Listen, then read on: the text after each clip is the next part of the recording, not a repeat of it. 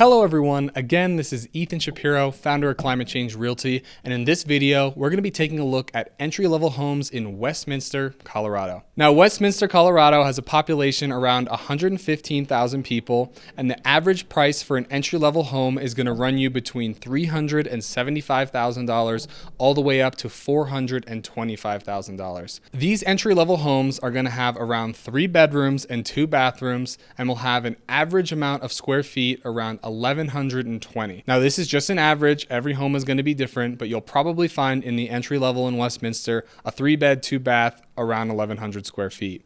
The average amount of acreage, or the size of the plot in which your home is going to be built or is already built, because the average age of the home over there is from the 60s, is going to be around 0.17 acres. Typical size of a plot for a home here in Colorado, and the average entry-level home in Westminster is going to be built right around 1961, and you'll probably be paying right around $2,250 each year in property taxes. Of course, we always love to explore the price per square foot in order to compare it to other cities to see where we can get the best deal.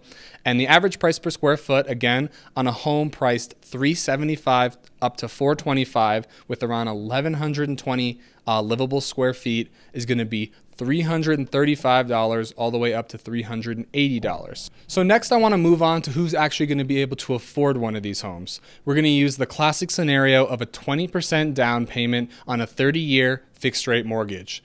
So if you're going to put 20% down on a home price between $375 and $425, your 20% down payment is going to be right around $75,000 all the way up to $85,000. So next we're going to give you an array of different interest rate possibilities and tell you what your average monthly payment is going to be, and that's including taxes, insurance, all that good stuff. So this is everything you'd be paying, of course, besides like a broken water heater or something, each month on your mortgage. So in a 6.5% interest rate scenario with 20% down over 30 years, you're going to be paying right around $2,300 a month all the way up to $2,545 a month for that $375 to $425 home. Now, if we were to bump the interest rate up that you're paying up to 7%, you're going to be paying between $2,395 a month all the way up to $2,660 a month, depending on that price range, of course. Same thing with a 7.5% interest rate. You're going to be paying $2,500 all the way up to $2,775. Now, the question is, who's going to actually be able to afford one of these monthly payments, / who is the bank actually going to lend these payments to? So there's a minimum income threshold called a debt to income ratio that can almost never go above 50%. So this is the minimum income you would need to afford that, say, $2,300 a month monthly payment.